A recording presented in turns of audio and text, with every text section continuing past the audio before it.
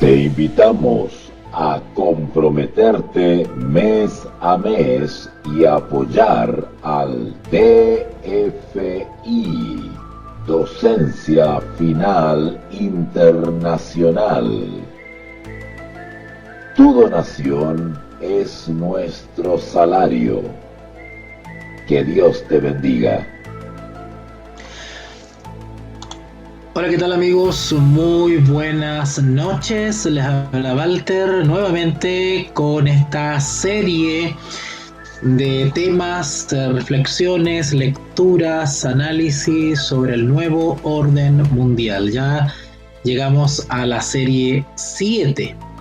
Así que estamos muy contentos por eso y por supuesto que agradecidos por todos aquellos chicos y chicas que nos están visitando, que nos están sintonizando, que nos están siguiendo y que se han suscrito a este canal. La sesión de hoy día va a ser extensa, va a ser una sesión full, porque hay mucha información que tiene que ver con los símbolos secretos. Vamos a estar hablando un poquitito sobre algunos símbolos en específicos. Ya vimos ya en la parte 6 de esta serie respecto a la simbología, a su decodificación y al tipo de lenguaje simbólico que usan las sociedades secretas y los ritos secretos para comunicarse entre iniciados, entre aquellos que forman parte de estas sociedades. Hoy en día solamente he escogido 3 símbolos que son muy comunes públicamente. Estos símbolos ustedes los van a ver no solamente en las sociedades secretas, en ONGs, grupos, sociedades, qué sé yo, Club de Leones, Rotary Club, algunas instituciones incluso del gobierno, sino que también esta simbología está presente también en las así llamadas iglesias. Recuerden aquella líder de la nueva era que hablaba de que las iglesias, entendidas como instituciones religiosas, también son parte de aquellos medios por los cuales se va a dar a conocer esta nueva paradigma, esta nueva concepción del mundo. Bueno, sépanlo o no lo sepan, la gran mayoría de las instituciones religiosas actuales, por lo menos en Occidente, así llamadas o autoidentificadas como cristianas, están absolutamente sumidas en la religión babilónica. Sí, ustedes se sorprenden. ¿Recuerdas el nombre de la institución religiosa a la cual perteneces o pertenecías? Bueno, déjame decirte que esa y todas, sin excepción, desde la madre hasta las hijas, todas están sumidas o están degradadas al punto de manifestar ya abiertamente ideas, tradiciones, creencias, prácticas, ritos que tienen su origen allá en Ur de los Caldeos, en la famosa Babilonia. No es casualidad que la Santa Escritura describa a esta religión falsa como la Gran Babilonia. La palabra Babilonia, del punto de vista histórico, nos hace referencia a ese gran imperio, a esa cultura, a esa civilización adelantada para sus tiempos, pero también nos hace referencia al culto idolátrico, al culto político que se levantó contra Dios, en la persona llamada Nimrod, allá por Génesis, en el libro bíblico, el libro cristiano, capítulo 10. Ustedes pueden leer esa historia.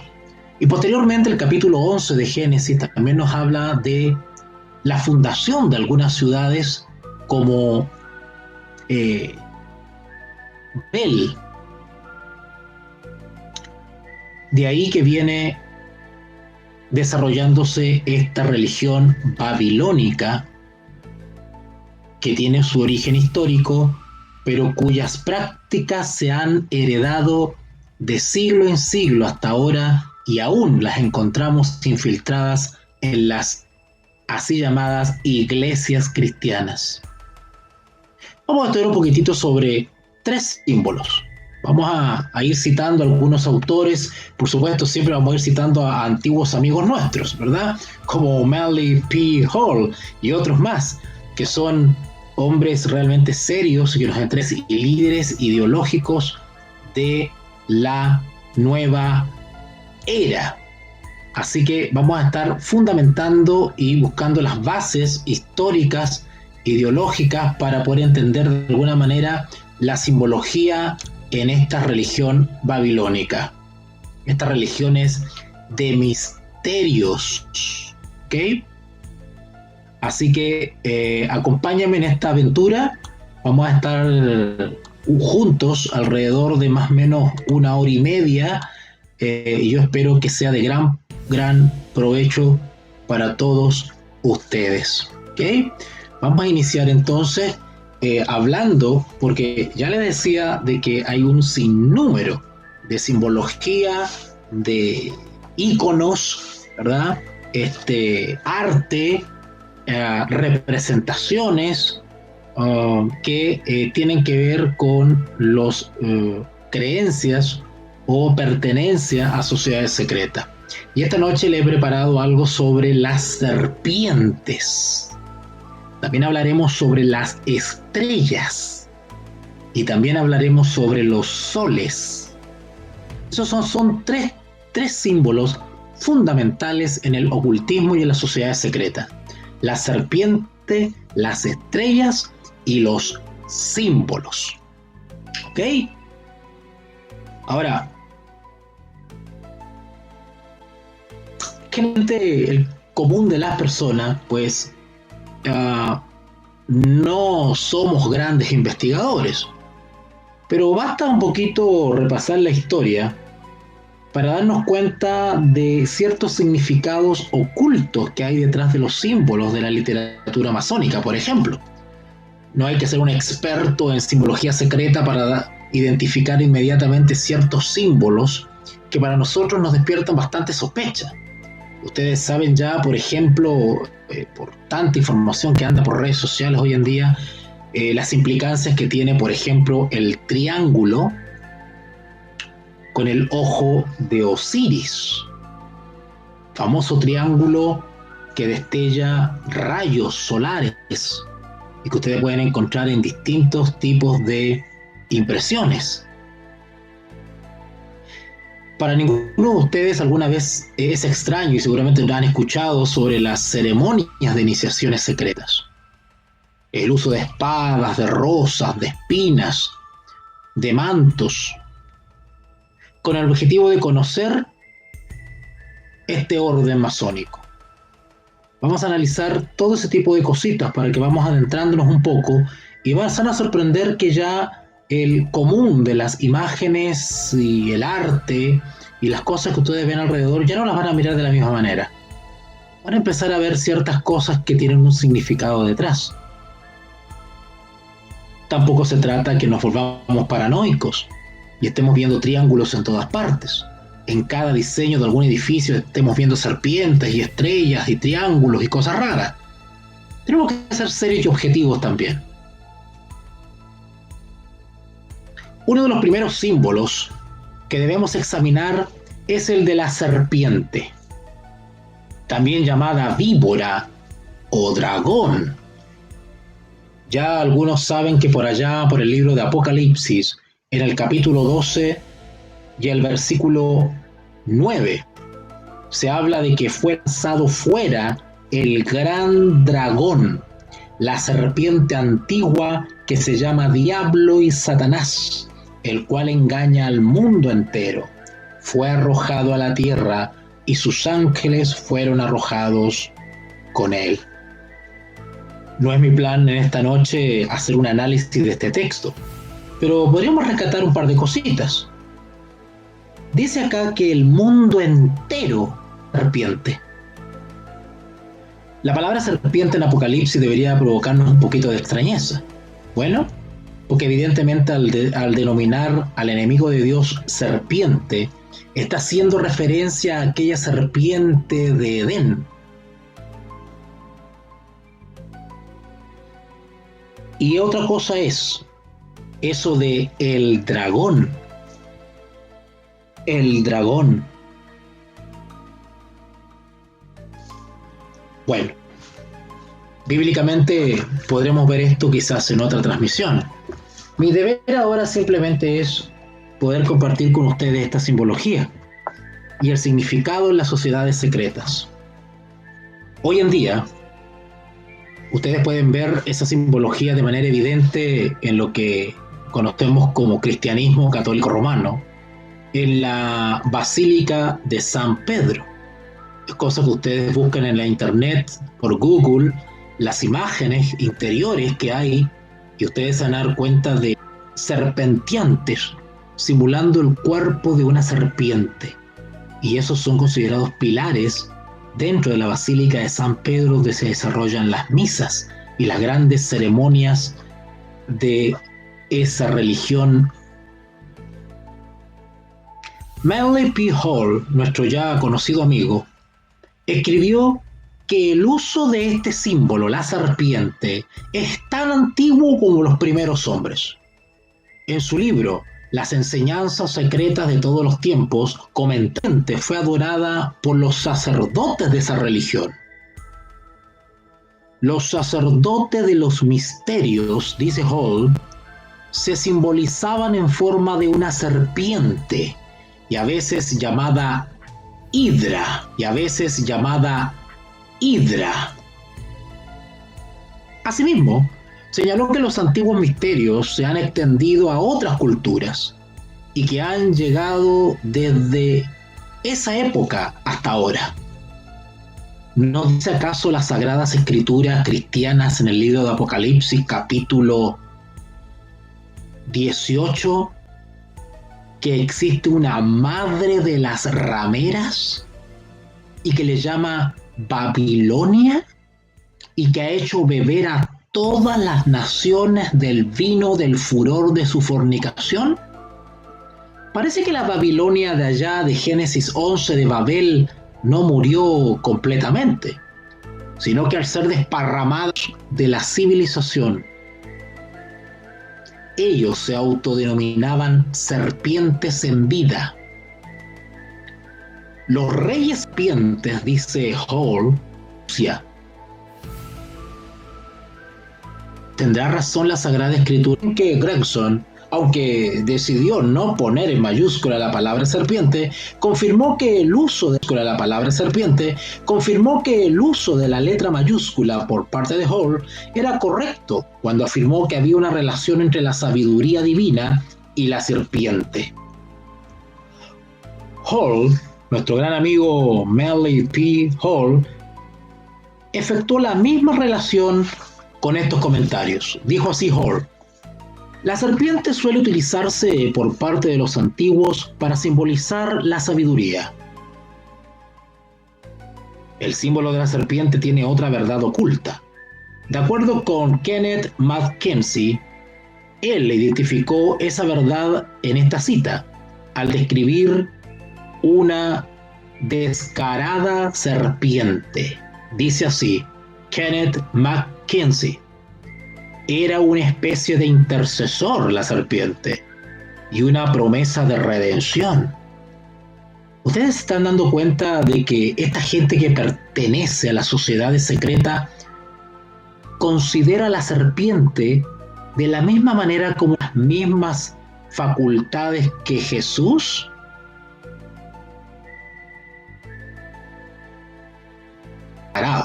Estamos hablando que esa persona es atrevida, es insolente. Insolente se define como desvergonzadamente atrevida e irrespetuosa. Recordarán ustedes que me escuchan que Lucifer era un puente en Isaías capítulo 14 del versículo 12 al 14 de lo que el mundo cristiano conoce como el Antiguo Testamento, perdón. ¿Recuerdan ustedes esas palabras, verdad? ¿Cómo has caído del cielo, oh Lucifer, hijo del alba? ¿Qué arte te hizo bajar al suelo? Tú has dicho en el interior de tu corazón: ascenderé a los cielos, exaltaré mi trono por encima de las estrellas de Dios, seré como el más alto. Por tanto, podemos afirmar con seguridad que Lucifer se consideraría desvergonzadamente atrevido e irrespetuoso. Parece que otro autor, John Anthony West, escribió un libro titulado La serpiente celeste. La serpiente celeste. En el que también John Anthony West relacionó la serpiente con la sabiduría. Leamos lo que escribió en su libro, La serpiente celeste. La serpiente representa el intelecto, la facultad con la que el hombre discrimina. Hay un intelecto superior y un intelecto inferior. De este modo, simbólicamente, hay una serpiente que se arrastra, y el intelecto superior, el que permite al hombre conocer a Dios, es propio de la serpiente celestial, la serpiente del cielo. Suenan muy macabras las palabras de Anthony West, ¿verdad? A la ligeramente oculta adoración de esta serpiente celestial en las logias masónicas se refirió otro escritor masón, Kenneth McKinsey, en su libro La Real Enciclopedia Masónica. Dice así: entre los cargos preferidos contra la Orden de los Caballeros Templarios, por los cuales Jacques de Molay sufrió martirio, entre paréntesis, Jacques de Molay fue el fundador de la Orden de los Templarios, estaba el de adorar a un ídolo o imagen llamado Baphomet. Se ha sugerido que Baphomet no es otro que el anciano de los días, el creador. No se puede decir más sobre esto sin revelar inapropiadamente lo que nosotros estamos obligados a guardar, ocultar y nunca revelar, dice Kenneth McKinsey en su libro La Real Enciclopedia Masónica. Así, de acuerdo con este masón, McKinsey, la víbora o serpiente es en cierto modo un símbolo del tema del culto masónico. Y parece que este hecho es el secreto que los masones no pueden revelar al resto del mundo. Sería increíble darnos cuenta que en realidad los masones a quien adoran es a una serpiente. Un pastor cristiano llamado Alexander Hislop, que también fue historiador, escribió un libro que incluía algunas explicaciones sobre el asunto del culto a la serpiente. En su libro titulado The Two Babylon, las dos Babilonias, explicó que la adoración de la serpiente no era algo reciente en el tiempo, sino una práctica antigua. Quiero hacer una pausa acá y comentarles algo. Este servidor ha intentado encontrar en español el libro de Alexander Hislop, el famoso historiador que escribió The Two Babylon.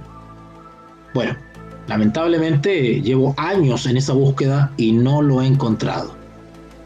Pero ha salido ya hace una década un libro que lo pueden encontrar en cualquier librería cristiana que se llama Babilonia, Misterio Religioso, Antigua y Moderna, del escritor Ralph Woodrop. Si alguno está interesado en adquirir más datos sobre este libro, pues me escribe al WhatsApp y yo con mucho gusto le puedo enviar fotografías y los datos. Ese libro se encuentra en español y es una especie de extracto del gran libro de Alexander Hislop de To Babylon, solo que Ralph Woodrop comete un garrafal error en su libro. Es la única manchita que tiene el libro. Tiene una falsa doctrina que habla sobre que Jesús fue crucificado un día miércoles. Bueno, salvo ese error doctrinal e histórico que comete Ralph Woodrop, el resto del libro, Babilonia, Misterio Religioso, es una muy buena opción para aquellos que quieren leer sobre las religiones antiguas, especialmente la babilónica.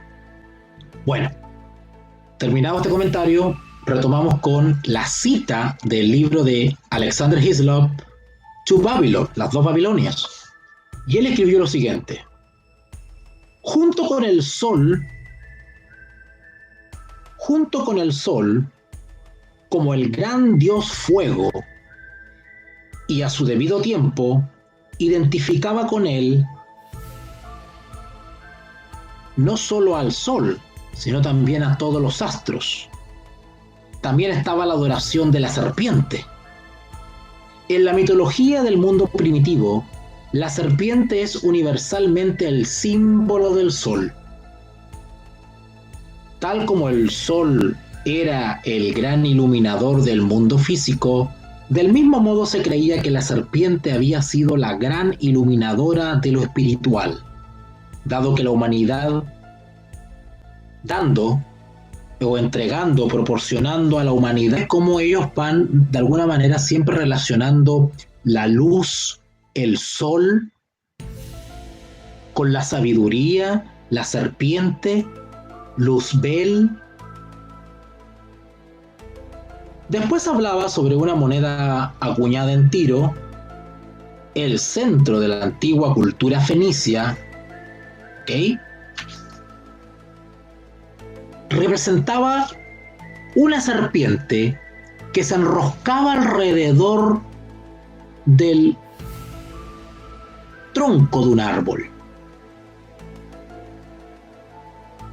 A la izquierda del tronco había una cornucopia vacía y a la derecha una palmera floreciendo.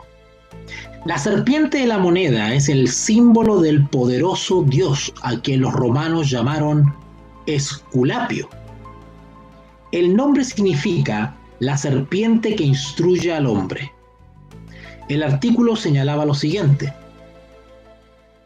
en la mitología se creía que Esculapio era el hijo del sol y por ello el iluminador de la humanidad. La leyenda sigue contando que Esculapio fue finalmente derribado por un rayo lanzado por un Zeus enfadado, el rey de los dioses, y fue arrojado al inframundo.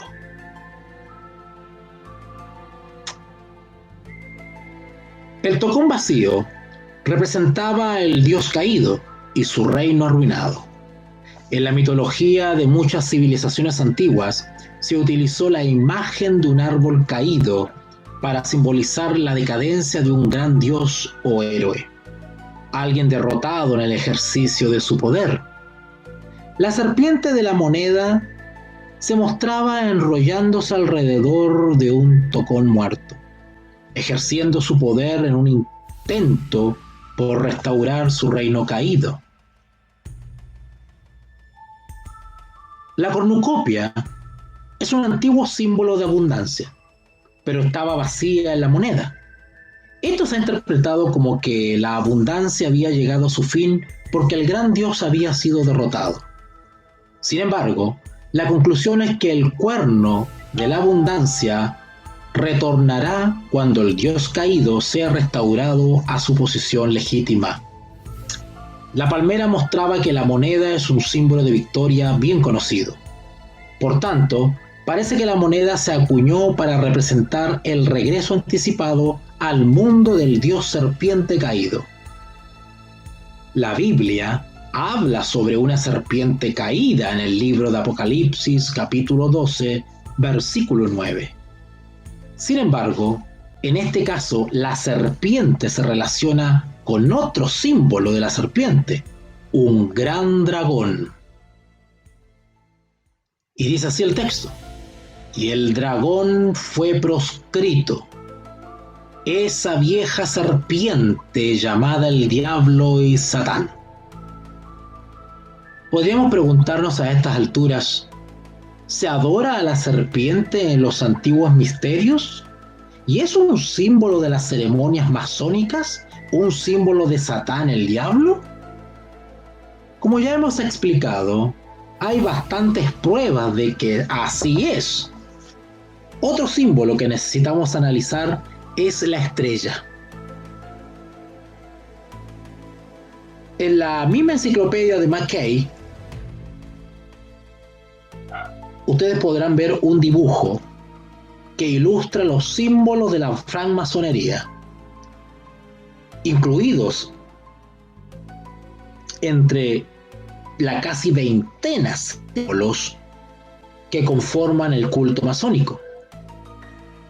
Puede afirmarse con propiedad que una estrella flameante o fugaz es la que se encontraría en movimiento dentro del universo. Una de las direcciones en la que se podría mover sería hacia la Tierra. Si se desplazase hacia la Tierra se la llamaría una estrella que está cayendo. Lucifer es un ángel caído, de acuerdo con el profeta Isaías, un profeta del Antiguo Testamento, quien escribió allá en Isaías capítulo 14, versículo 12, ¿cómo caíste del cielo, oh lucero? Bueno, esa estrella flameante que surca el cielo y cae en dirección a la tierra, la podemos encontrar en la simbología masónica. Observe también que Isaías es un símbolo de Dios. Después relacionó la estrella flameante con otro símbolo, cuando escribió la estrella flameante, y dice Huchant, la estrella, como uno de los tipos de miles de soles que iluminan otros innumerables sistemas del mundo, es un emblema de esa luz masónica en busca de aquello que todo masón desea, el conocimiento adecuado de la deidad y de sus leyes que controlan el universo. Relacionado con el símbolo de la estrella está el símbolo del sol. Albert Pike lo identificó con el culto del pasado. En esta recopilación de citas de sus escritos que voy a compartirles, Albert Pike dice lo siguiente: la adoración del sol se convirtió en la base de todas las religiones de la antigüedad. Hace miles de años, los hombres adoraban al sol. Originariamente miraban más allá del orbe, al dios invisible. Lo personificaron como Brahma, Amun, Osiris, Bel, Adonis, Malkart, Mitra y Apolo. Krishna es el dios sol hindú. Los galos, que es de donde descienden toda la cultura que después se llamó los francos o los franceses actualmente, adoraron al sol bajo el nombre de Belín o Belinis. El sol es el antiguo símbolo del poder otorgador de vida y generador de la deidad. El sol era su manifestación e imagen visible. El sol es el signo jeroglífico de la verdad, porque es la fuente de luz, nos comenta en sus escritos Albert Pike. Así que Pike identificó el sol como símbolo de una deidad que debe ser adorada. Decidió poner en mayúscula la primera letra de la palabra sol, es decir, la S, sol, como si fuese un dios, como lo haría alguien al reconocer el nombre de una deidad. Es común en nosotros que cuando escribimos algo y nos referimos al Dios verdadero, creador de los cielos y de la tierra, pues ponemos su nombre en mayúscula, ¿verdad? Si escribimos la palabra Dios, lo hacemos con la D en mayúscula, para atribuirle efectivamente una significación divina, que estamos hablando no de cualquier cosa, sino de el Dios verdadero. De igual manera, Pike habla que los masones, cuando hablan del sol, es importante en su significado, ni más extenso en su aplicación que el sol como fuente de luz material. Ofrece al masón esa luz intelectual que busca constantemente. El sol, en consecuencia, se nos presenta en la masonería primero como símbolo de luz, pero después con más fuerza como símbolo de autoridad soberana. Por tanto, queridos amigos que me escuchan, el sol era un símbolo de algo que solo entienden los creyentes de la religión conocida como los antiguos misterios. Estos creyentes, llamados adeptos, ciertamente sabían que la gente no aceptaría su religión mistérica, así que tuvieron que ocultarla de ellos. Por eso, la tarea consistió en crear una religión en torno a una creencia que ellos sabían que la gente aceptaría porque tendría algún sentido, al menos siempre que los adeptos la explicaran. Pero su objetivo básico era crear una religión popular como tapadera para su culto secreto. La religión secreta se desarrollaría en torno a la creencia en el sol. El sol es perfecto para construir una religión. Se levanta por la mañana o nace y después se pone por la tarde o muere y después nace de nuevo a la mañana siguiente. También parece deambular por el cielo, llegando más al norte o al sur cada noche. Además, vuelve a la posición concreta 2 veces al año. Así, el sol, al parecer, tiene un nacimiento o muerte importante 2 veces al día y 2 veces cada año. Sería muy fácil que los adeptos entendieran o pudiesen explicarle al pueblo este tipo de cosas. Por ello, los adeptos enseñaron a la gente que tenían que rezar al dios o, de lo contrario, no regresaría. Incitaron al culto al sol, de forma que regresara a la humanidad de nuevo, una vez cada día o una vez cada 6 meses. Albert Pike confirmó esta opinión con la siguiente explicación de que el hombre primitivo adoraba al sol. Dice así Albert Pike: para ellos, refiriéndose al hombre primitivo, los viejos y no mecánicos. Por consiguiente, el hombre primitivo consideró al sol como algo que se movía voluntariamente. En otras palabras, no tenía por qué volver cada mañana. El hombre debió de deducir rápidamente que, dado que el sol no tenía por qué regresar, el hombre debía comenzar a pedirle que volviera. Claro, qué manipulación de personas, entre comillas, primitivas es esta. Hoy en día nosotros sabemos por las leyes del universo y por la astronomía que todos los trayectos y la vida útil de un astro tiene una órbita determinada, natural, espontánea, que no dependen de que si rezamos o no rezamos. Sabemos que mañana el sol saldrá, ¿verdad? Y sabemos que por la tarde se pondrá.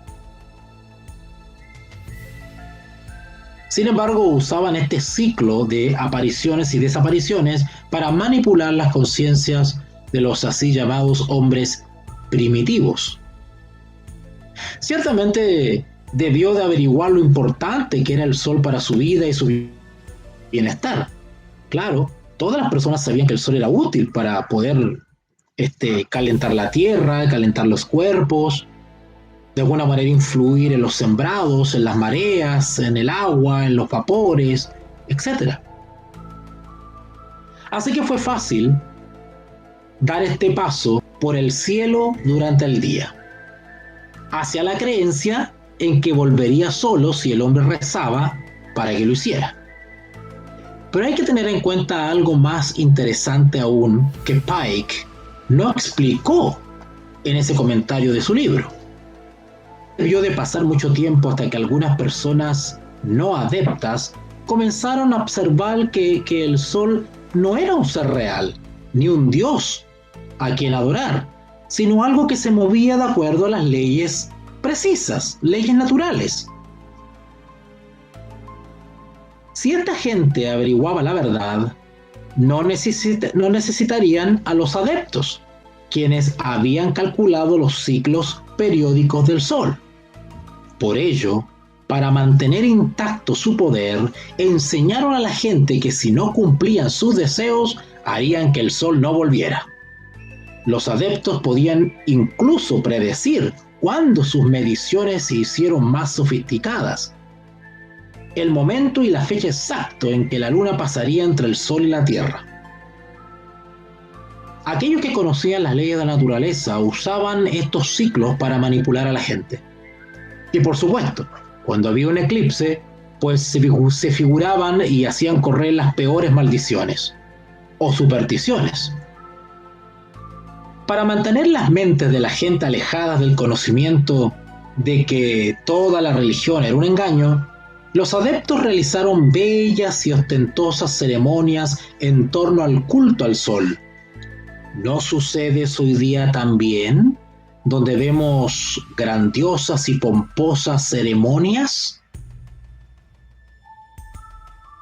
Y también vemos los símbolos del sol por todas partes. También esperarían que el pueblo les pagase por esos rituales tan elaborados. Note que le estoy describiendo cosas que sucedieron en los cultos mistéricos de allá de Babilonia. Pero estas cosas parece que también están sucediendo hoy día. Para convertir en válidos esos rituales, los adeptos afirmaban que el sol obedecía sus oraciones, convenciendo con ello a la gente de la necesidad de obedecer a sí mismo a los adeptos.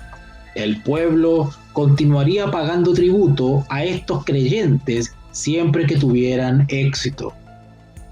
Ahora bien, si los adeptos sabían que el sol era un símbolo de algo que la gente no aceptaría, como por ejemplo, la creencia en que Lucifer, el diablo, era el dios que ellos adoraban, tendrían que proseguir con su idea que las personas adoraran al diablo, haciéndoles creer que estaban adorando al sol, pues si averiguaban eso, pues dejarían de apoyar las actividades ceremoniales de los dirigentes religiosos.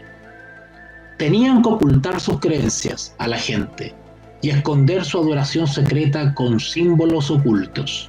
Así prosperó la adoración del sol como religión. Hutchins explicó este punto de vista de la siguiente manera. En el tabernáculo, los correligionarios, vestidos de negro, lloraban por Osiris, representante del sol, la luz, la vida, el bien y la belleza. Relacionó el sol con Osiris, que ya había sido mencionado por Hutchins como digno de ser adorado y llorado.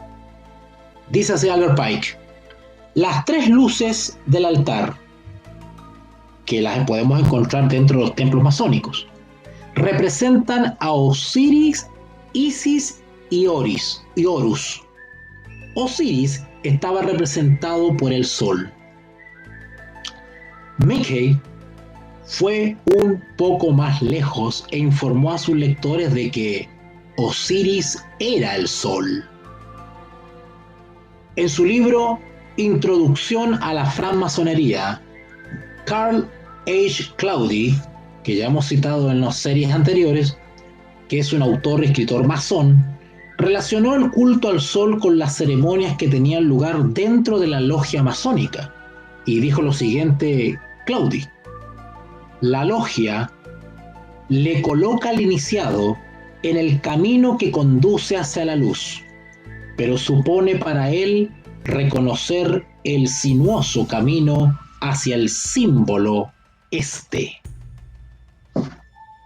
El sol físico se levanta por el este, eso lo sabemos, y los masones explican que su búsqueda de la luz comienza en el este. Hemos de tener en cuenta que Claudi escribe la palabra este con mayúscula, como si quisiera reverenciar ese lugar, esa dirección donde él cree que de ahí emerge Dios. Los masones dicen que el mundo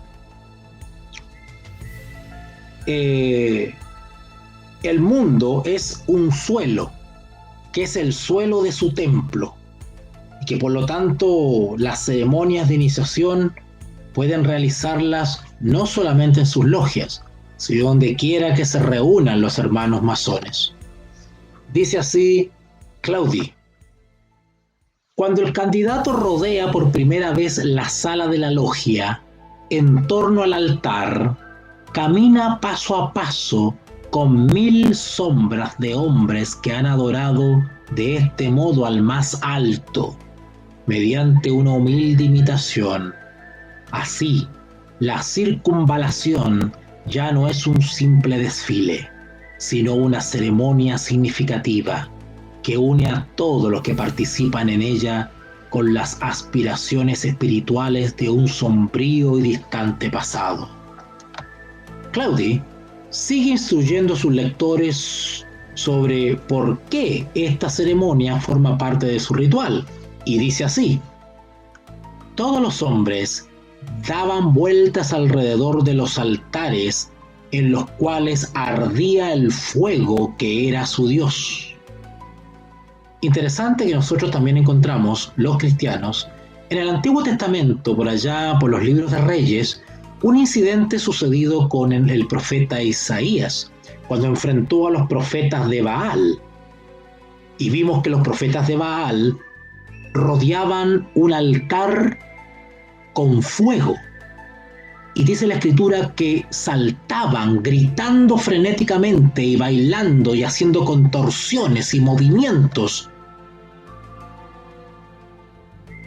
Interesante que Claudi, como autor masón, nos describe de igual manera lo que sucede en un rito masón de iniciación.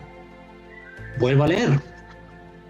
Todos los hombres daban vueltas alrededor de los altares en los cuales ardía el fuego que era su Dios, desde el este hacia el oeste. La circunvalación se convirtió en parte de todos los cumplimientos religiosos. En otra parte, en el libro Introducción a la Francmasonería, Claudi informa de que esta forma de caminar tenía su origen en las religiones del pasado.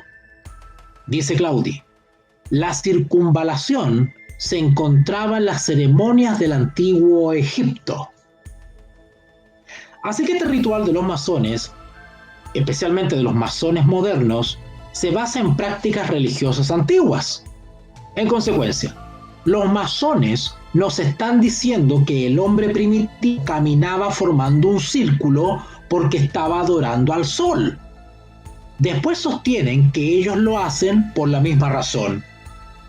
Hay razones por las que el norte, como lugar para ser visitado en el paseo alrededor del suelo del templo, no se incluya en los ritos de iniciación.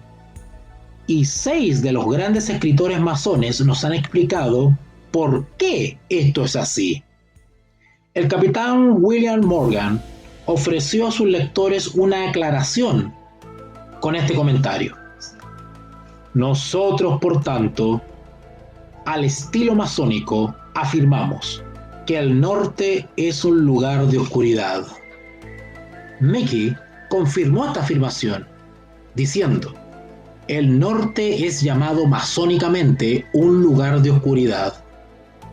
Y Albert Pike confirmó los comentarios realizados por los otros dos masones en esta declaración que dice: para los masones, el norte ha sido inmediatamente el lugar de la oscuridad y de todas las grandes luces de la logia. Ninguna se encuentra en el norte.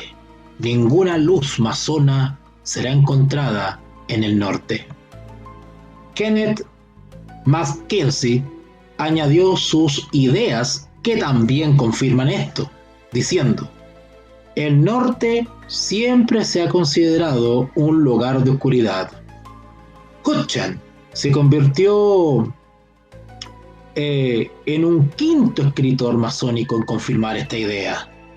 Dice así Hutchins: como en otros grados, el ritual de cierre proporciona un resumen de las lecciones enseñadas en el grado.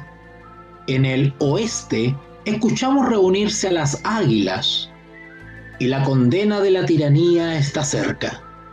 En el sur, la verdad lucha con el error y la opresión.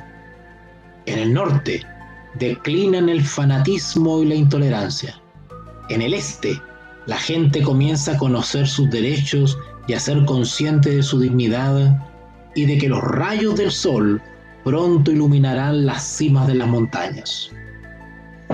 Hutchins informó a sus lectores de que el norte era donde residían el fanatismo y la intolerancia. Lo que quería decir con esto y lo que representa el símbolo del norte lo vamos a investigar en una sesión siguiente. ¿Ok? Pero mientras tanto les voy a citar un sexto escritor, masón, que confirmó que el norte era un lugar de oscuridad. Y este fue nuestro gran amigo Karl Claudy, quien escribió en su introducción a la francmasonería lo siguiente: el lugar de la oscuridad es el norte. La razón por la que los masones no incluyen el norte en sus ritos se encuentra, según los masones, en la Biblia, en Isaías capítulo 14, versículo 13, donde dice: yo, Lucifer, exaltaré mi trono por encima de las estrellas de Dios. Yo me sentaré sobre el monte de la congregación en los lados del norte. Con el trono de Dios para su propio trono. Pero hasta entonces el norte es un lugar de oscuridad, es un territorio excluido. El este es el lugar de luz y debe ser adorado. Hutchins explica a sus lectores el motivo de esto. Dice así: el este, la fuente de luz y por tanto de conocimiento.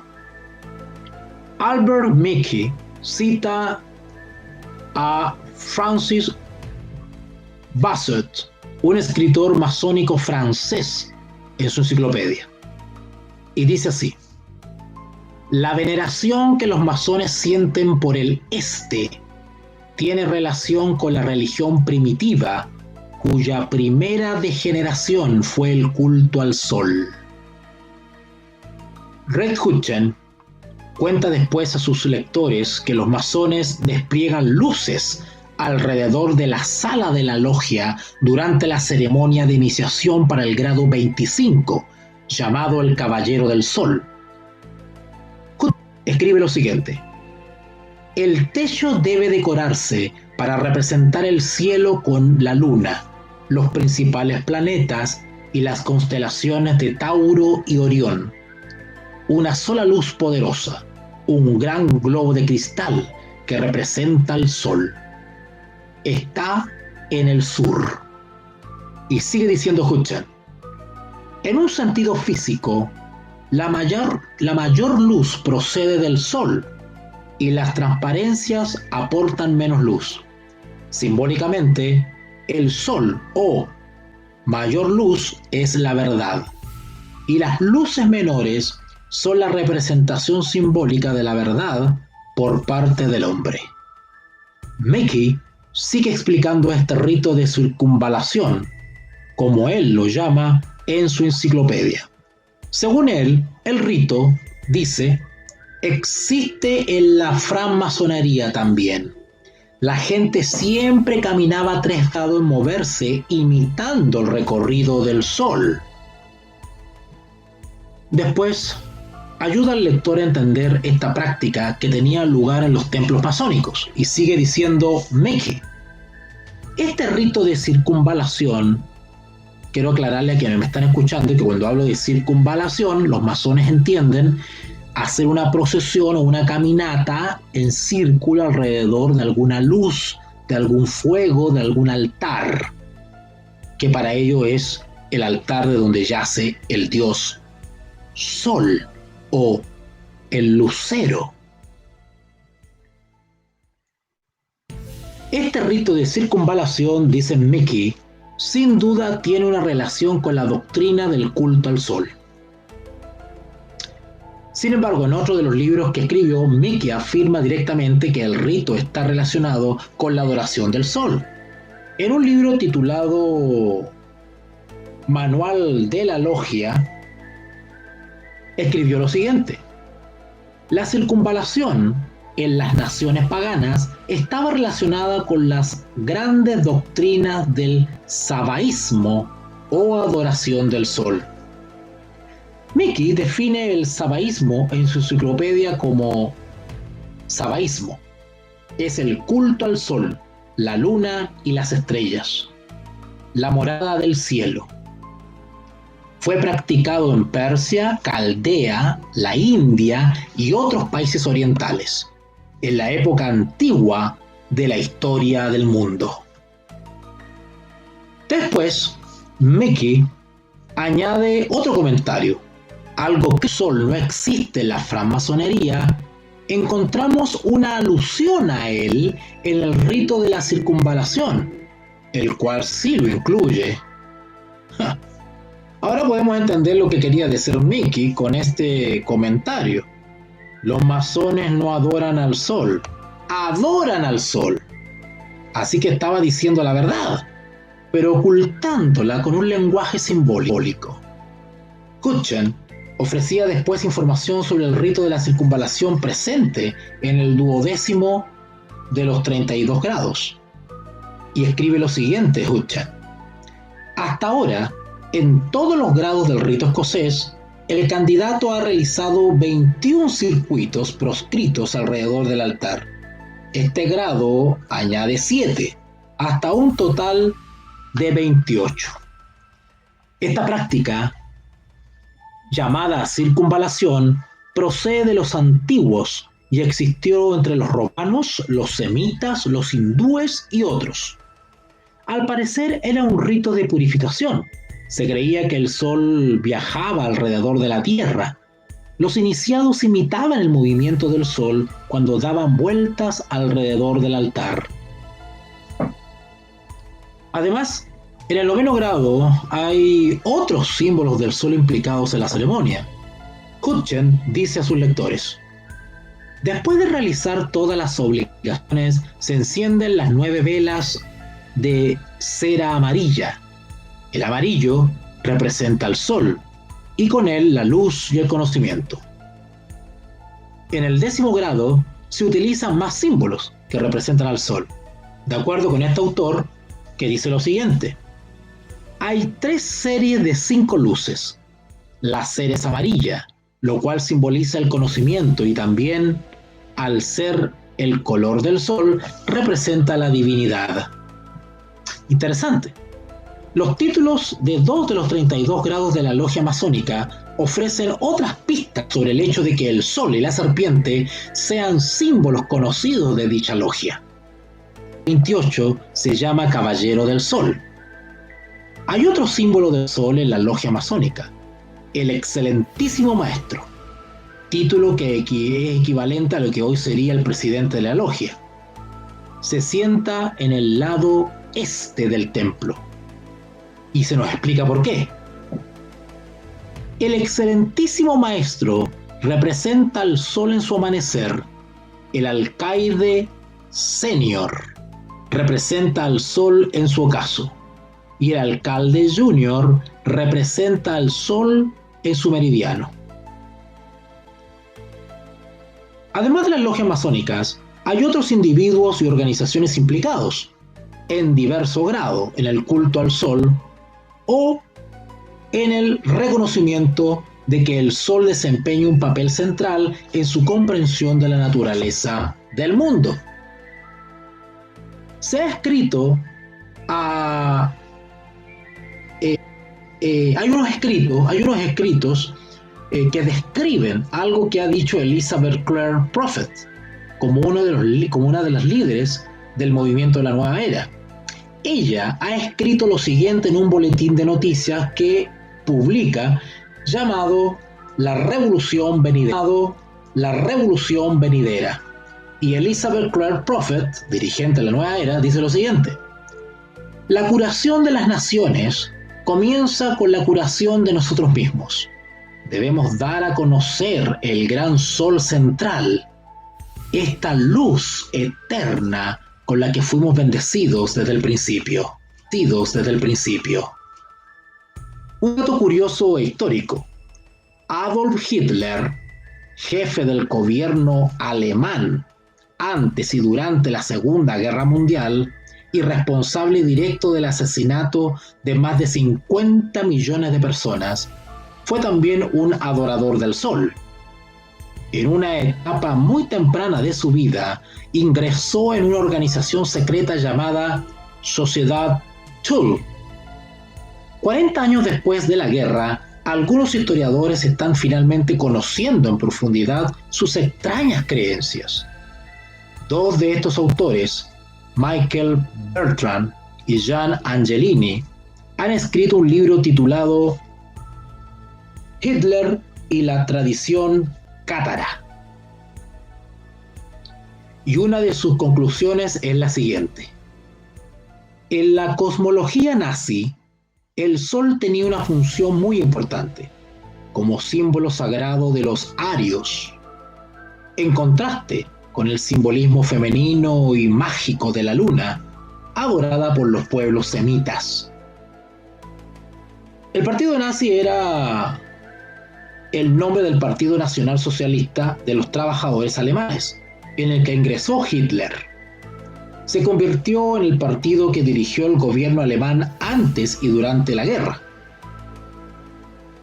Dice así Michael Bertrand y John Angelini: el Führer, que quiere decir líder en alemán, vio en el pueblo judío, con sus miembros de pelo negro y su complexión morena, el lado oscuro de la especie humana, mientras que el pueblo ario, rubio y de ojos azules, constituía el lado luminoso de la humanidad.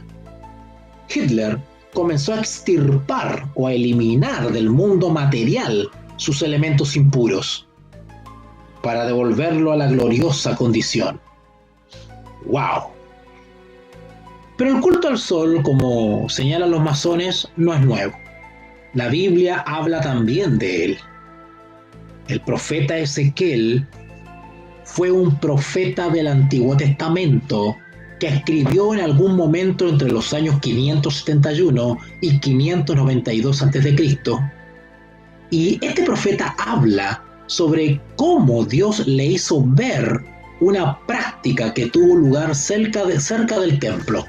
Si ustedes van a Ezequiel capítulo 8, del versículo 15 al 16, dice el profeta: y él, refiriéndose a Dios, me llevó al interior de la casa del Señor, y he aquí que en la puerta del templo del Señor, entre el porche y el altar, había aproximadamente 25 hombres dando la espalda al templo, que adoraban al sol hacia el este. Y Ezequiel señala también que Dios consideraba que esta práctica era una abominación. Hay otra referencia al culto al sol en el Antiguo Testamento. En esta ocasión, en Deuteronomio capítulo 17, versículos de 2 al 4, y luego el versículo 7. Dice así: si hubiera entre vosotros hombres y mujeres quien hubieran ido y servido a otro dios y lo hubiese adorado, sea el sol, la luna o cualquier huésped del cielo, y si fuera cierto que este tipo de abominación no quiere que practique sus criaturas. La Biblia llegaba incluso a decir, en los dos casos, Padre, el Sol, interreligiosa ecuménica. En esa conferencia habían líderes musulmanes, acá en Chile, líderes judíos, habían chamanes indígenas, habían curanderos, estaban representantes de la fe Bahá'í, mormona, cristiana, evangélica, católica, etc. Y para no ofender a los integrantes de la conferencia, este líder cristiano se despidió diciendo: nos encomendamos a los distintos dioses presentes.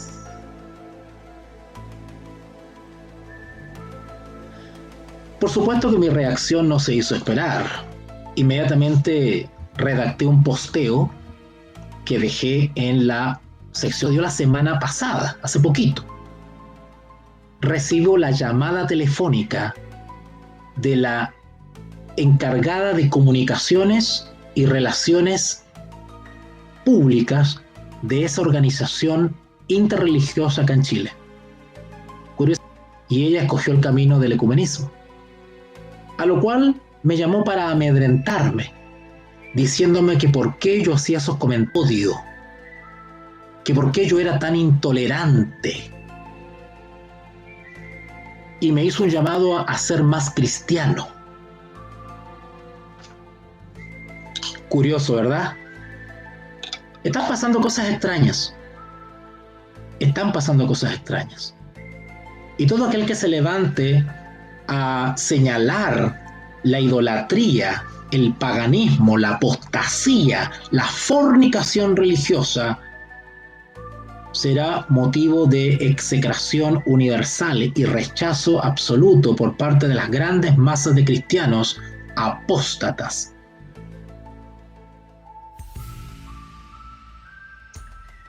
Y hoy día nos toca hablar sobre el culto a Lucifer. Ustedes dirán, bueno, ¿no hay otra cosa más agradable de que hablar? Oh, claro que sí, claro que sí. Pero también tenemos que saber a nuestro alrededor los símbolos, las estrategias y las coordenadas en las cuales se maneja este ser malévolo. Y también es bueno saber y estar informado respecto a cómo es considerado Lucifer en las sociedades secretas y cómo es considerado también quienes pertenecen a las sociedades secretas. Así que esta serie informativa apunta efectivamente a develar, a informarnos, a orientarnos para que estemos apercibidos y no los cojan fuera de base.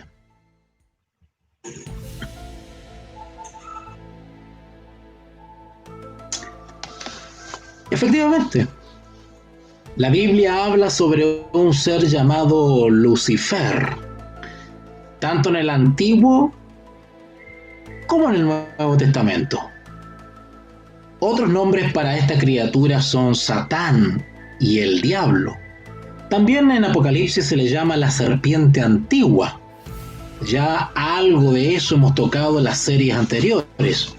No hace falta que yo dé aquí un estudio bíblico, pues son textos que son ampliamente conocidos. Una de las primeras aplicaciones que se le da en la escritura son las profecías respecto a su rebelión y caída. Pero también es mencionado en el Nuevo Testamento por el mismo Señor Jesús, cuando dice que lo veía caer del cielo. Bueno, una de las primeras explicaciones de quién es Lucifer justamente se encuentra en este gran libro, el cual el mundo cristiano tiene bien descuidado, que es el libro del profeta Isaías. que alrededor del año 740 a.C. habló justamente de este ser. Isaías dijo que Lucifer fue creado lleno de sabiduría y que realmente se encontraba sobre la montaña sagrada de Dios. Posteriormente, corrompió su sabiduría por razón de su luminosidad, su brillantez. La Biblia después registra que Dios le arrojó a la tierra. Ustedes pueden leer eso ahí en Isaías capítulo 14, versículo 12, donde dice: ¿Cómo has caído del cielo, oh lucero, hijo del alba? ¿Cómo te han arrojado a la tierra? Lo cual debilitó las naciones. Si ustedes comparan este texto de Isaías 14:12 con alguna versión bíblica anexa, ustedes van a notar que hay versiones bíblicas que hablan de debilitabas a las naciones. Bueno, si ustedes van a la versión bíblica de Jerusalén, ustedes encontrarán que dirá, en vez de debilitadas, dirá que dominabas, de dominar, de poner bajo su dominio, su control, su sujeción. Y algo así dice el libro de Apocalipsis capítulo 12, cuando dice que el mundo entero es engañado por el diablo y Satanás, la serpiente antigua. Observen que la caída de Lucifer debilitó las naciones del mundo. El texto sigue diciendo: tú has dicho en tu corazón, ascenderé al cielo, exaltaré mi trono por encima de las estrellas de Dios. También me sentaré sobre el monte de la congregación, en el sitio del norte. Ascenderé por encima de las alturas de las nubes. Seré igual que al más alto.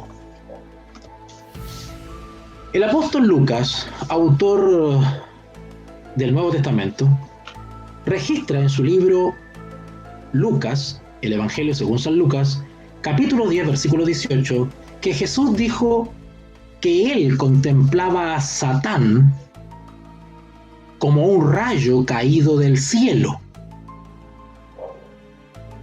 También en la segunda epístola del apóstol Pedro, en el capítulo 2, versículo 4, dice que no ha perdonado a los ángeles que pecaron, sino que los arrojó también. Pablo, otro autor del Nuevo Testamento, escribió sobre Lucifer en 2 de Corintios, capítulo 11, versículo 14, aproximadamente en el año 57 después de Cristo. Y dijo así: y no es asombroso, porque Satán se ha transformado en un ángel de luz.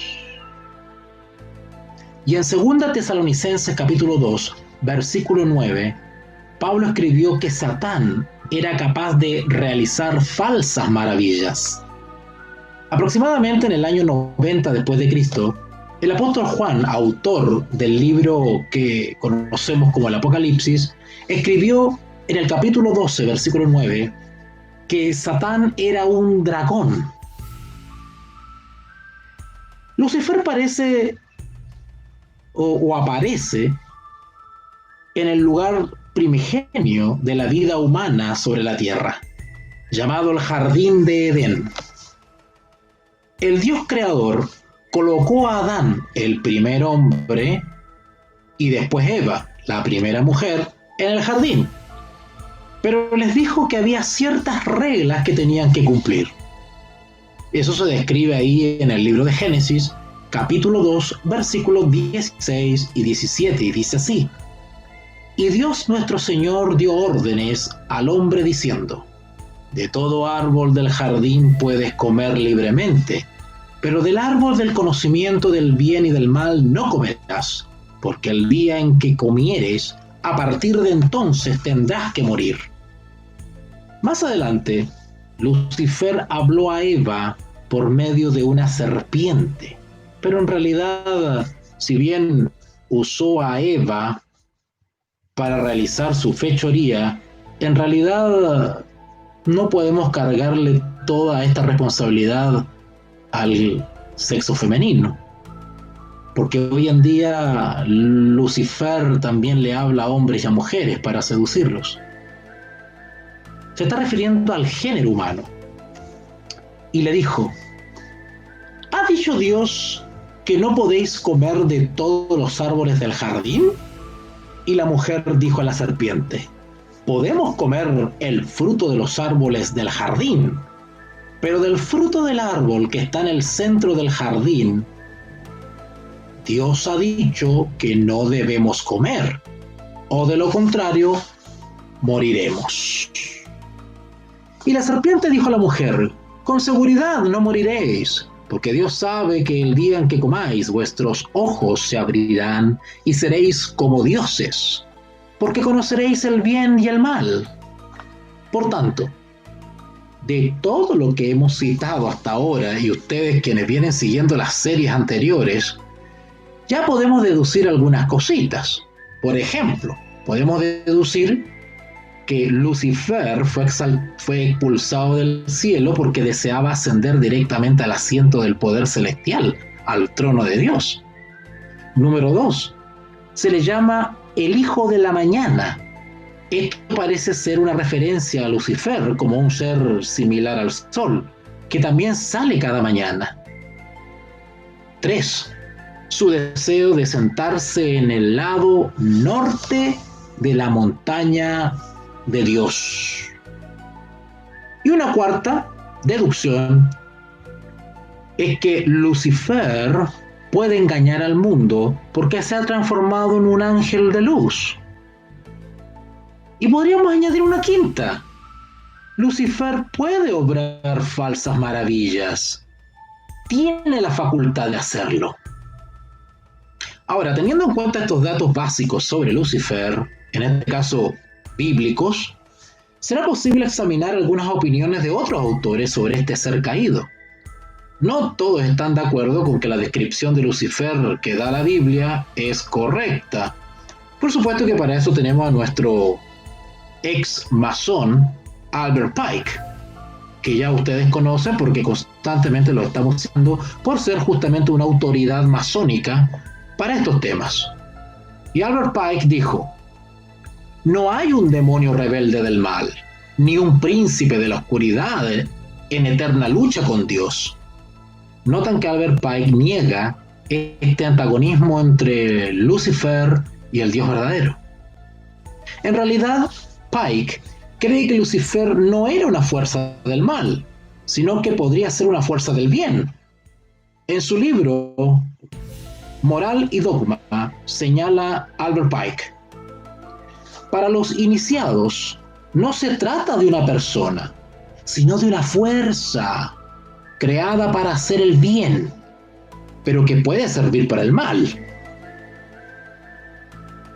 Para ampliar más esta opinión de Albert Pike, es importante citar una carta que escribió el 14 de julio de 1889 a los 23 consejos supremos del mundo. A juzgar por el contenido de esta carta, parece que Albert Pike intentaba decir a los líderes de los diversos consejos supremos de todo el mundo que debían saber que Lucifer era el dios secreto de los masones. Esta carta indica claramente que él creía que Lucifer era un dios que había venido a la tierra por el bien de la humanidad. En la carta se lee: lo que debemos decir a la multitud es que adoramos a un Dios, pero que es el Dios que se adora sin superstición. ¿Notaron?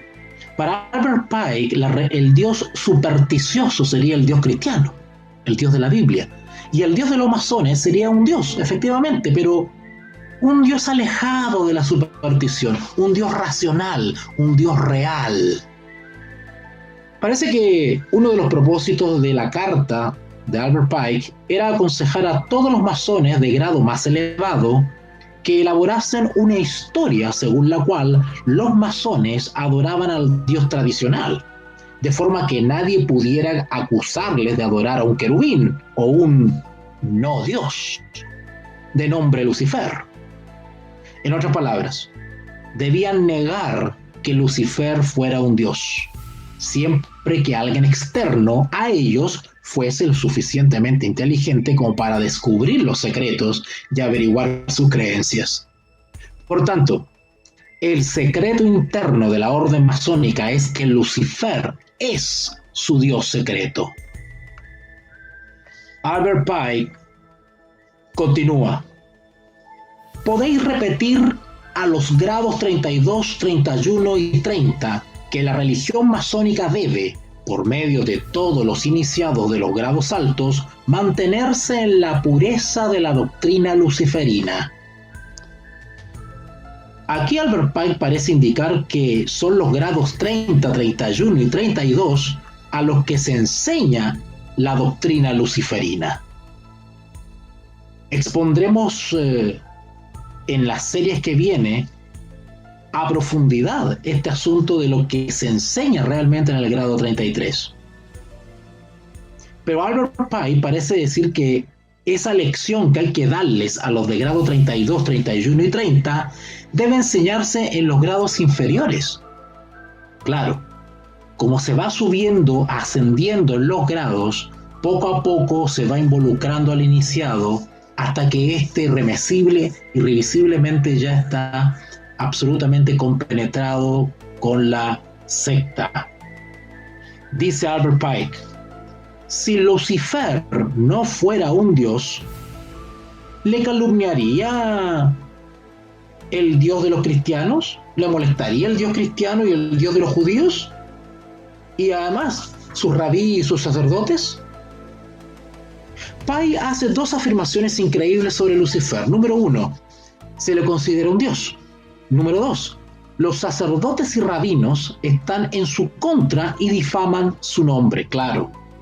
Albert Pike está considerando a los líderes de las religiones monoteístas cristiana y judía como enemigos de Luzbel, de Lucifer. Pero van a ver ustedes que la lógica de Albert Pike y de los masones en general es que Lucifer es el dios bueno y el dios cristiano es el dios malo. Invierte las posiciones. Como ya hemos leído los textos bíblicos y lo hemos mencionado en un principio, la Biblia afirma que Lucifer no es nada más que un querubín caído. No es un dios. No obstante, Albert Pike afirma claramente que Lucifer es un dios. Y en segundo lugar, quienes afirman que es el malvado, en realidad le están calumniando. Luzbel no es malvado. La gente que trata de malvado a Lucifer se equivocan, dice Albert Pike, y sigue diciendo, la religión verdadera y puramente filosófica es la creencia en Lucifer, el igual de Adonai. ¡Wow! Albert Pike, ex masón, iguala o equipara a Lucifer con Adonai, es decir, con el Dios verdadero, el Dios bíblico. Adonai, que lo puede escribir con Y, también se puede escribir con I latina. Y es una palabra hebrea que simplemente designa a Dios, el Dios verdadero, el Dios bíblico. Ahora, para demostrar que Albert Pike se refería al Dios de la Biblia como Adonai, vamos a mencionar una expresión que él escribe en su libro Moral y Dogma.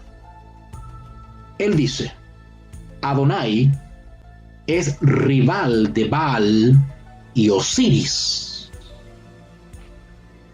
Bueno, como hemos explicado en series anteriores, Osiris es el dios Sol. Ya ha quedado probado que el Sol es un símbolo de Lucifer. Eso lo vimos en la serie anterior. Adonai es el rival de Lucifer en la Biblia y en los escritos de Albert Pike. Sigue diciendo Pike, pero Lucifer, Dios de la luz y del bien, lucha por la humanidad contra Adonai, el dios de la oscuridad y el mal.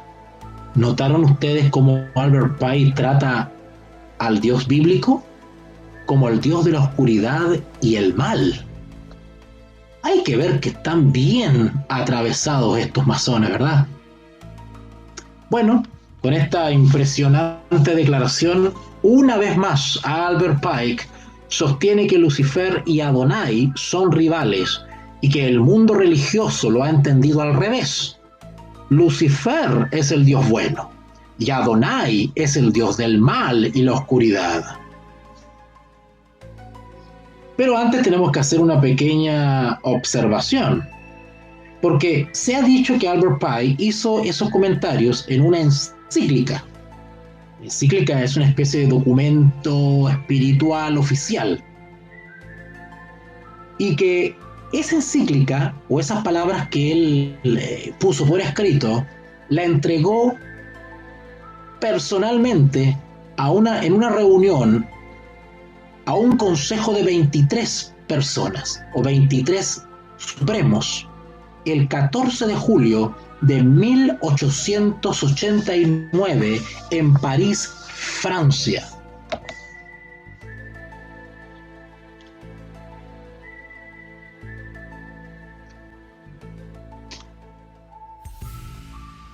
Esta encíclica que escribió Albert Pike ha corrido por distintas partes de Europa.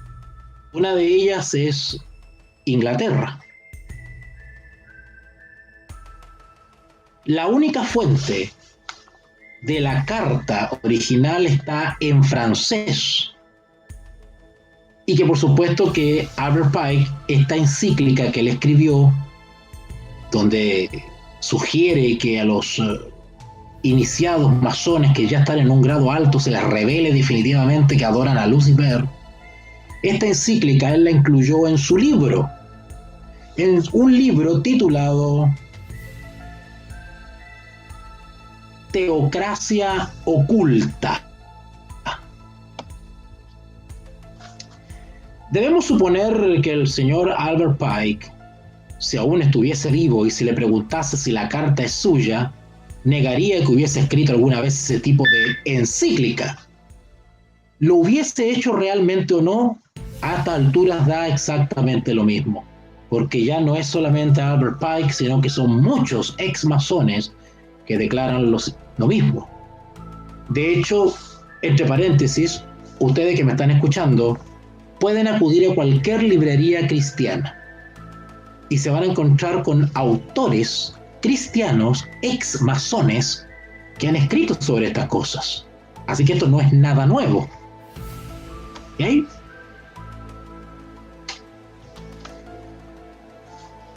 Pero hay otro masón que sabe que Lucifer es el dios bueno, o así como lo entienden los masones por lo menos. El compañero masón de grado 33 de Albert Pike, nuestro ya citado autor Manly P. Hall, también creía que este dios era un dios de bondad. Hall escribió en su libro Las enseñanzas secretas de todos los tiempos lo siguiente: el culto al sol jugó un papel importante en casi todos los primeros misterios paganos. La deidad solar fue asesinada por malvados rufianes que personificaban el principio del mal en el universo. Mediante ciertos rituales y ceremonias, símbolo de purificación y regeneración, este maravilloso dios solar de bondad fue devuelto a la vida y se convirtió en el salvador de su pueblo. Este dios que volvió a la vida no es el Jesús de la Biblia, porque Manly P. Hall se refiere a él como la deidad solar. Se está refiriendo a la muerte y resurrección de Osiris, incluidas con todo detalle en los rituales masónicos. Manly P. Hall ha identificado a Lucifer como el dios de algunos de sus compañeros masones. En su libro titulado Las llaves perdidas de la francmasonería, escribió: cuando el masón aprenda que la clave para el guerrero es la aplicación adecuada de la fuerza del poder de la vida, habrá aprendido el misterio de su tarea. Las furiosas energías de Lucifer están en sus manos, y antes de que pueda emprender alguna labor, debe demostrar su capacidad para aplicar su energía adecuadamente. Mikhail Bakunin, el anarquista ruso, también escribió sobre el tema de los dioses malos y buenos. Y dijo así: el malvado es la rebelión satánica contra la autoridad divina, rebelión en la que vemos el fecundo de una revolución.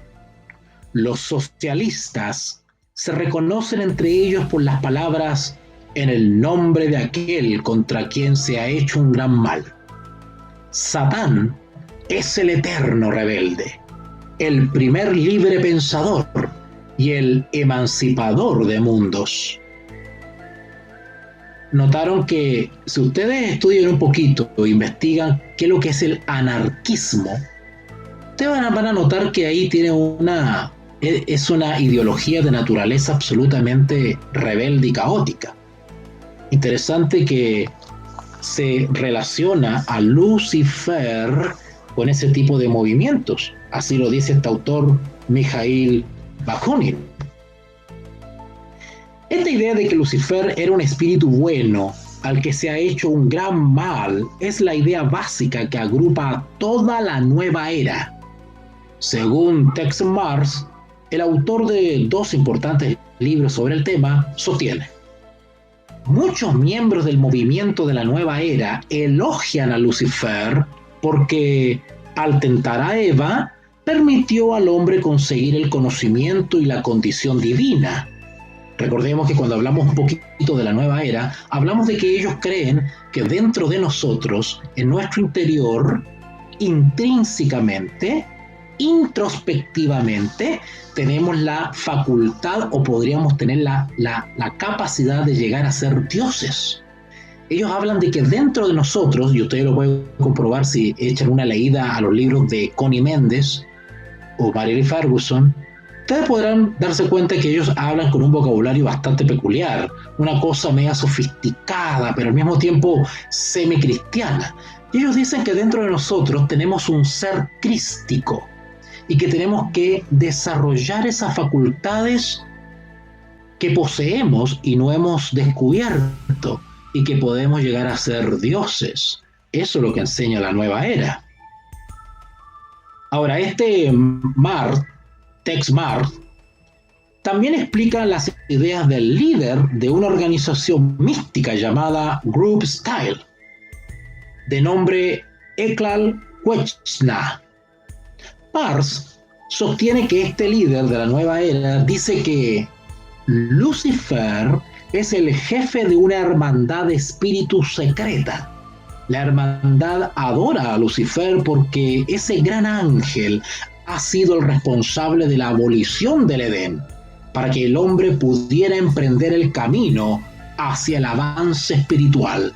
Notaron cómo Mars, no Marx, no Karl Marx, el que escribió el Capital, ¿verdad? O el Manifiesto Comunista. No, acá estamos hablando de otro escritor llamado Tex Mars, no con X, con S, Mars. ¿Okay? Él está citando a el líder de una secta de la nueva era y una declaración impresionante que hace. Y ustedes se dan cuenta que lo que están haciendo con este juego de palabras es considerar considerar al Edén, el Edén bíblico de allá de Génesis, como un lugar opresivo, una cárcel en la cual el hombre estaba perdiendo su tiempo, y que gracias a Lucifer, el ser humano pudo liberarse para poder conocer el bien y el mal. En consecuencia, existe un desacuerdo básico en torno a la naturaleza de Lucifer, también conocido como Satán o el Diablo. La Biblia lo presenta como una fuerza del mal, y Albert Pike y otros autores lo consideran una fuerza del bien. Pero debemos insistir más en el tema de la relación entre Lucifer y los antiguos misterios. Los misterios tenían un objetivo: crear un superhombre capaz de entender la verdadera naturaleza al Dios verdadero. B.L. Wilchert, un masón, escribió estas ideas en un libro llamado El significado de la masonería, y dice así: esto, la evolución del hombre hacia un superhombre, fue también el objetivo de los antiguos misterios. Es no los objetivos sociales y caritativos a los que se presta tanta atención, sino a la evolución de quienes aspiran a perfeccionar su propia naturaleza y transformarla en un ser de una calidad propia de un Dios.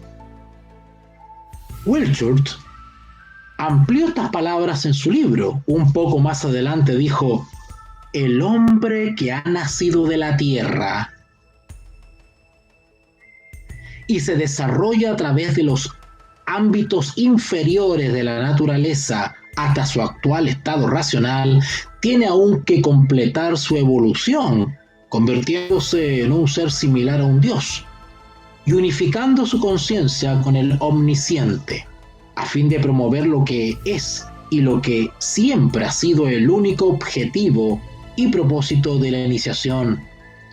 No es posible que exista ningún nivel de realización superior a aquel en el que el ser humano se une a la conciencia divina y conoce tal como conoce a Dios. Lo que está planteando este B.L. Wilchert es de que podemos llegar a tal evolución de conocimiento y de sabiduría que podemos llegar al mismo nivel que Dios. Es más, podemos llegar a conocer a Dios tal y como es. ¿Se dan cuenta de lo que está diciendo este hombre? ¿No han escuchado ustedes a algunos grupos de cristianos heréticos que andan con estas mismas ideas de los masones? Creyendo que pueden dar respuesta al misterio de la deidad, creyendo que ellos les pueden dar una explicación racional a la naturaleza de Dios, cuestionando su deidad, cuando la misma escritura dice que es un misterio. Bueno, los masones creen que ellos pueden llegar, y los movimientos de la nueva era también creen que pueden llegar a tal nivel de conocimiento que pueden llegar a conocer plenamente la naturaleza de Dios y ser igual a Dios. Esa es la misma premisa y sustancia que subyace sobre toda la herejía cristiana.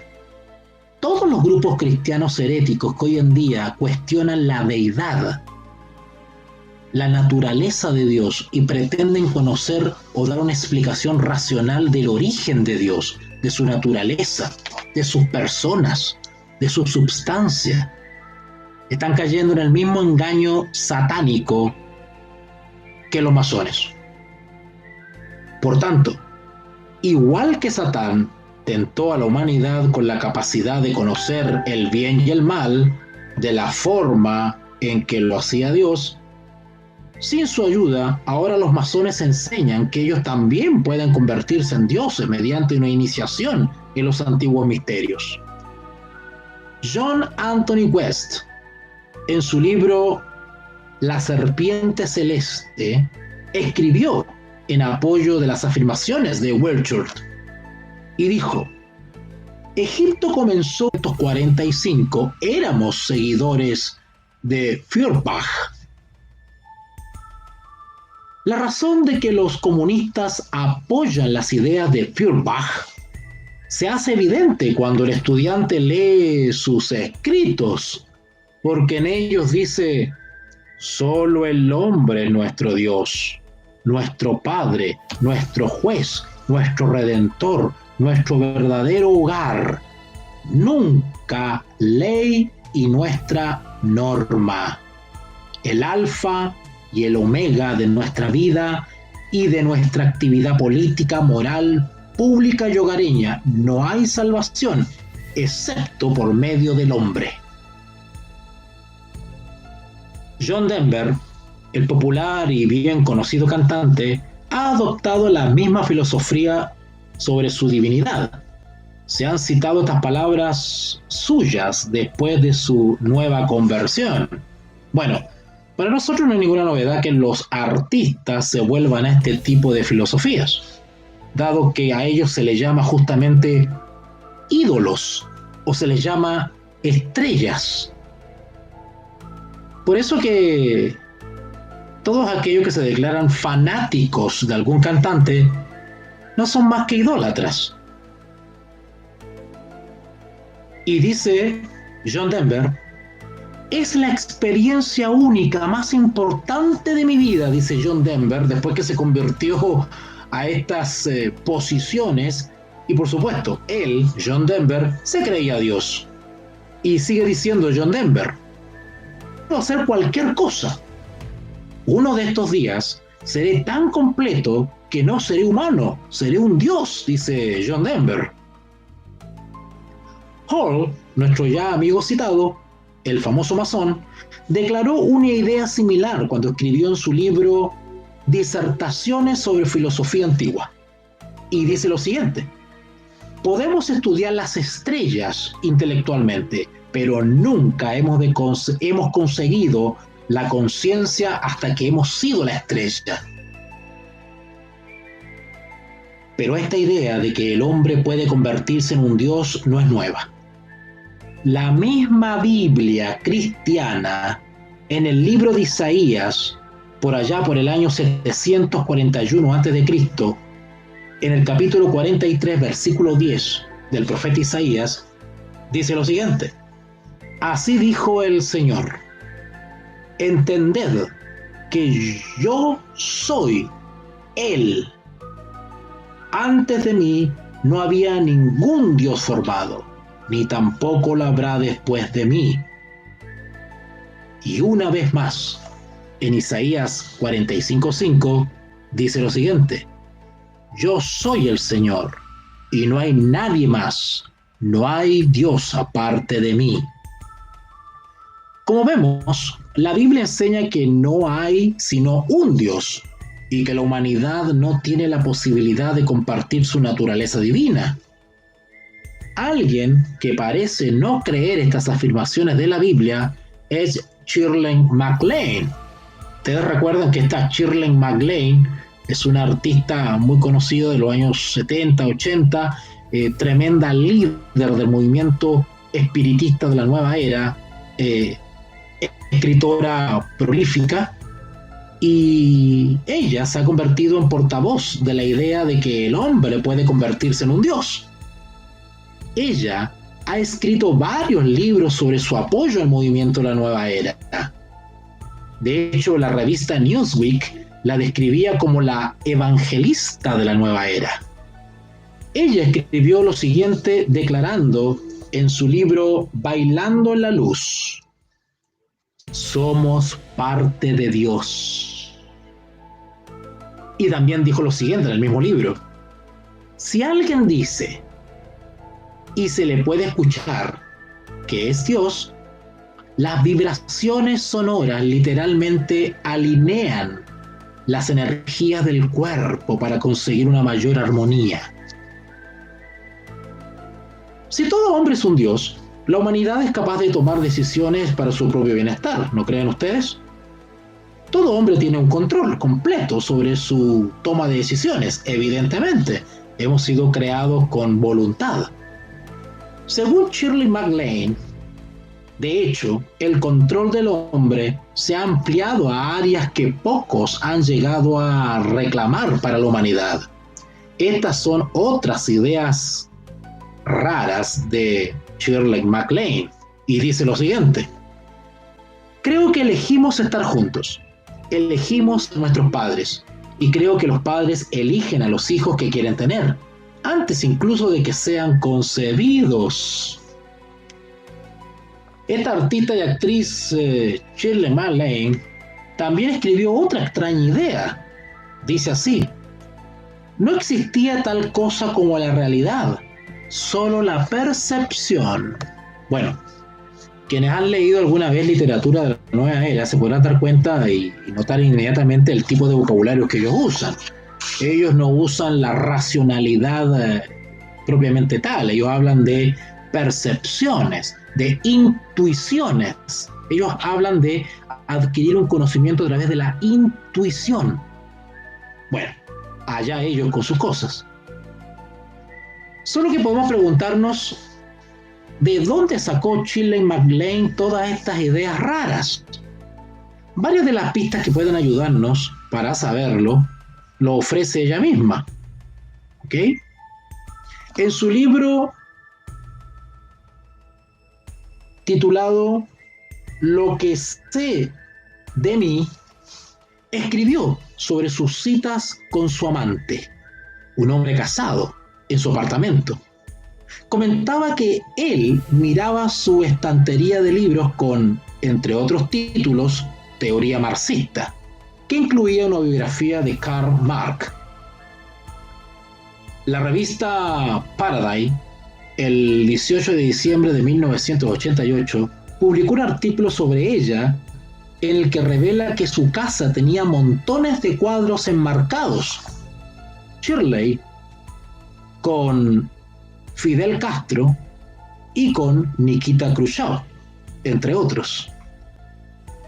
Parece que Shirley MacLaine era una asidua amiga o admiradora de los líderes más sanguinarios y despóticos que ha tenido el mundo, y le gustaba lucirlos en cuadros en su apartamento.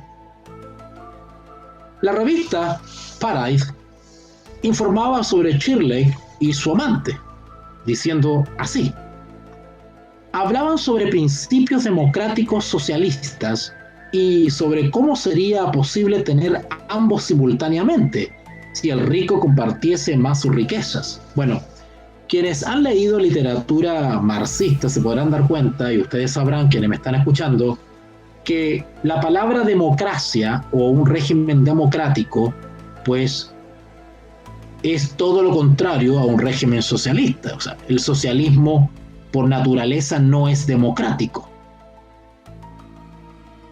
Son como agua y aceite. Sin embargo, Shirley MacLaine y su amante conversaban sobre esas cosas casi absurdas.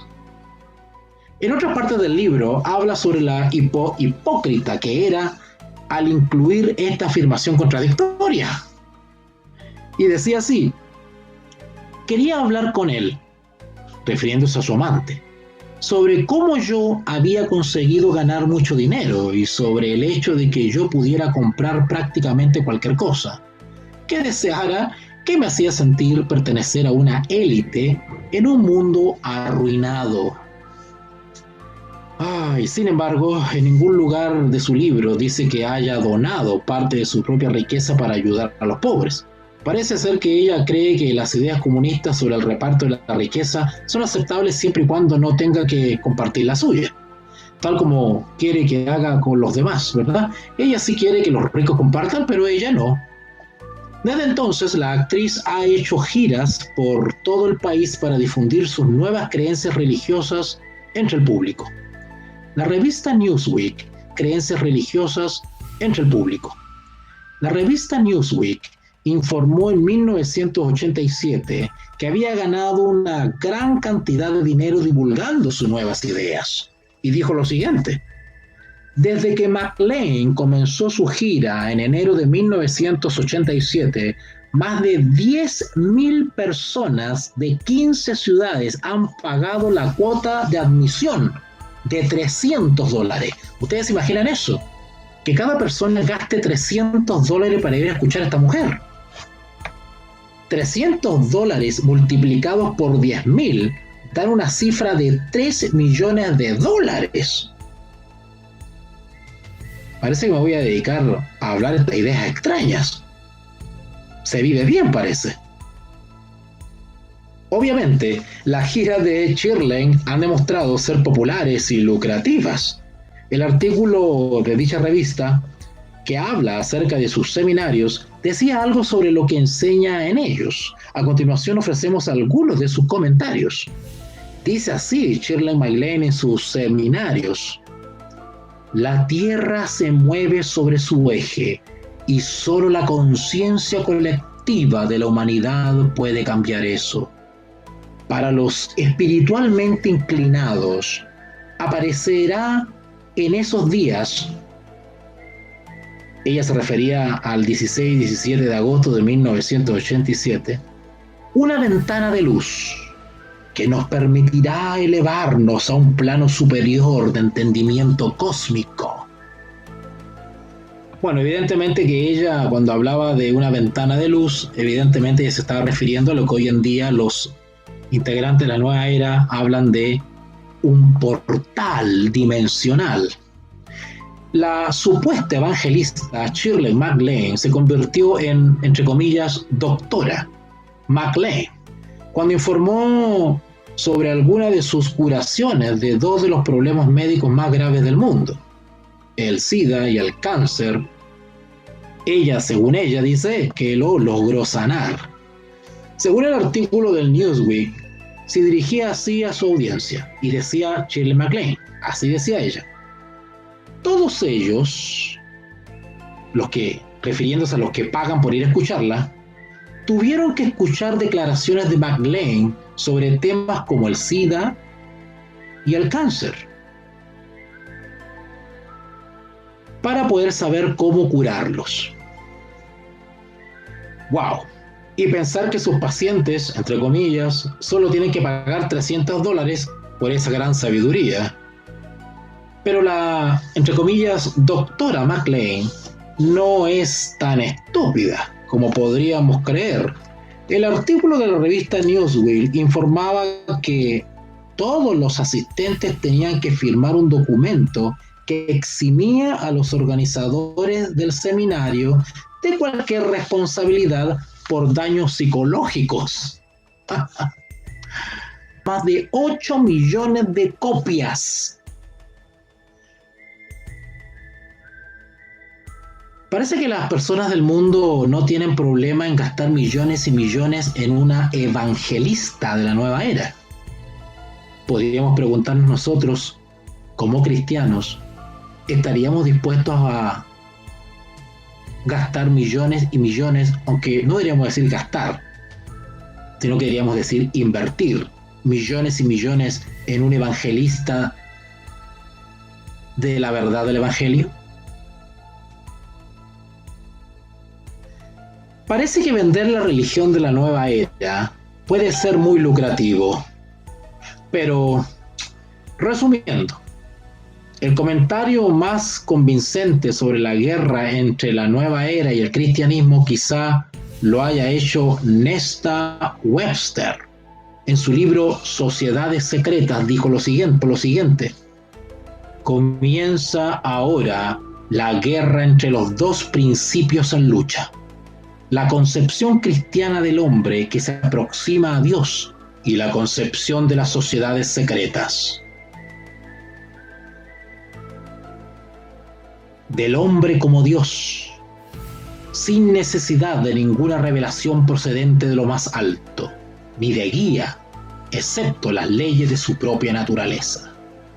Y dado que esa naturaleza es divina, es en sí misma divina y podemos llegar a ser dioses.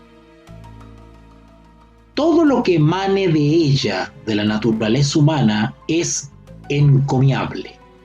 Y los actos normalmente considerados pecados no pueden ser condenados. ¿Cómo vamos a ser condenados por actos así llamados pecados si nosotros mismos somos dioses? Como pueden ver ustedes, queridos oyentes, los ejércitos espirituales están ya confrontados hace muchos años.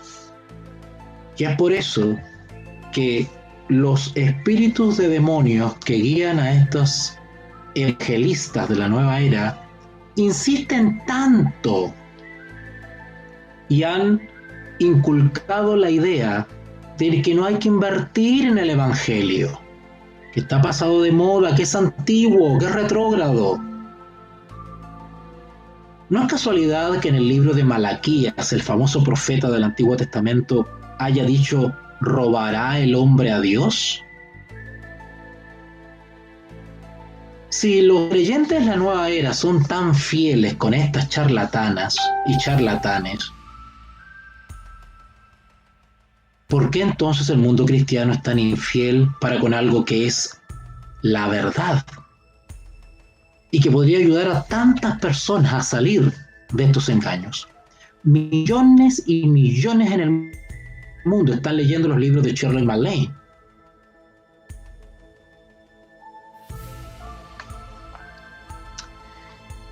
Hemos llegado al fin de esta transmisión y los dejo invitados para este domingo, porque viene un tema bastante interesante y que habla sobre cómo convertirse en un dios. Bueno, vamos a investigar un poquito qué piensa esta gente adoradora de Lucifer de cómo convertirse en un dios.